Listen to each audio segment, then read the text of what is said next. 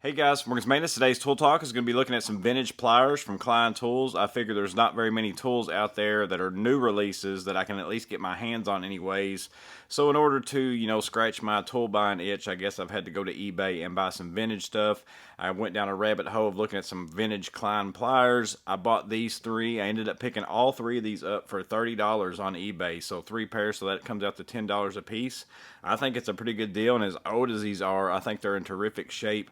So I'm going to show you these three. I'll show you the date code, show you how old they are, show you the condition that they're in, those kinds of things. And it may be something that you want to look into, looking at buying some vintage tools on eBay.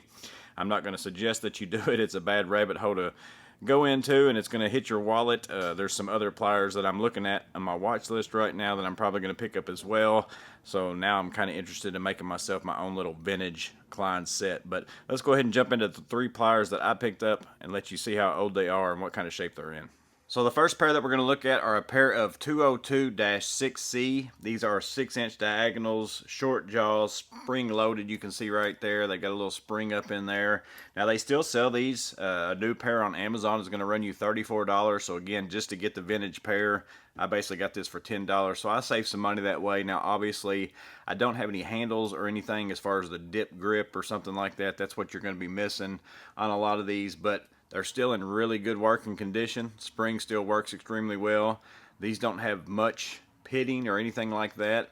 The logo is still in pretty good shape. If you can see that, M. Klein and Sons, and again, Chicago, USA, and even the little alignment on there. So sometimes their logo has changed over the years. It's still in really good shape. So as far as I'm concerned, the only real kind of nick, and it's not even really a nick in the blade, it's more of like a little spot in the steel. That's about it right there. Now date code wise, you can see that date code is EIR, and if you look at this chart right here, that EIR tells you that these were made in the fourth quarter of 1959. So these diagonals right here are 65 years old, and to me, to be in this kind of shape for 65 years old, I mean, they're in better shape than I am at my 44 years old as far as whenever I'm shooting this video. Pretty good shape. As far as what do they cut, let's see, I brought some little wire out here. Now this isn't something that I would use these for. 6 inches is pretty small, but you can use it. Here's some 12 gauge stranded, THHN. Still clips through there just fine, as long as I get it pretty far down in there into the bottom part of this. You get up here towards the tip, a little bit of a struggle with that, but it still does do it. I probably, again, wouldn't use it for that thick a gauge wire. I'm thinking about making with all three of these pliers kind of like a small pouch for alarm cabling, those kinds of things like that. So here is, I believe this is 18 gauge, if I remember right.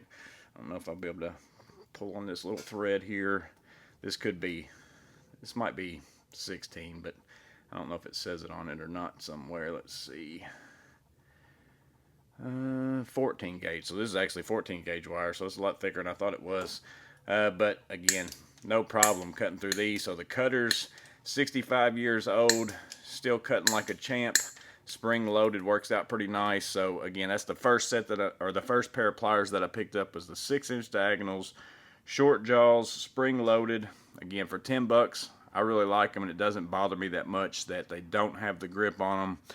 For what I'm going to use them for, and if I want to, I could wrap electrical tape around them, or I could, do that dip that you can do to make yourself some handles. I don't think I'm going to go that route on these, but that's the first pair that I picked up. So the next set that I picked up are the 301-6C. These are the 6-inch needle nose spring loaded pliers. They do still sell these. I think the part number on these are D3016C, and on Amazon a new pair is going to run you $27. So again, I got a pretty good deal on these as I got them for $10. Now you are again missing the grips that a new pair would have, but I feel like it's still working pretty well. You can see the spring action still works well on those as well. Logo on this one also in really good shape. M. Klein and Sons, Chicago, USA, and the lineman still there as well. The logo on this one and everything's pretty much about the same as this. You would almost think they're probably made similar years. If I can get in there to the date code on this one, MNN. So if we go back to the picture, you can see that that's telling us that it was made in the first quarter of 1966. So this pair of needle nose pliers is 58 years old, so a little bit newer than that of the diagonals, but not by much. It's a matter of 6 years difference between the two. And again, they still work well. The teeth are still in pretty good shape if I can get those in the picture. And you know, you can still tug and pull on things all you want to. Again, it's a smaller pair, but you can still use them to hold on to things and pull stuff out. Gets plenty of grip. It's not as much as like the Talon Grips snap-ons or anything that I have, but again, just a small pair of needle nose with the spring-loaded pliers. Again, that's the second pair that I bought. 58 years old, still in pretty good shape. I think it's a pretty good set of pliers. And the last set that I picked up is the oldest of the bunch as far as what I picked up. You can see on these here that the logo isn't quite in the same shape as the other two pairs. You can still make out the Klein and Son. The M is a little bit, you know, missing, and then Chicago, USA is plain as day there. And then the lineman is barely visible. You can still see him a little bit, but not much.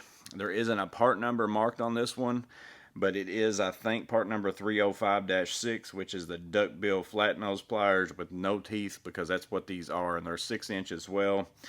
Date code on this one is LIL, if you can see that there. So again, taking that chart, we looked that up. It's third quarter 1953, so that means these are 71 years old. So again, the oldest out of the three that I picked up, but still in phenomenal shape. I mean, other than the little bit of wear on that logo there, to be 71 years old, and they still have really good, you know, flop is what I call it. No matter if you're going at it from this way or if you're going at it from this way, they are working extremely well.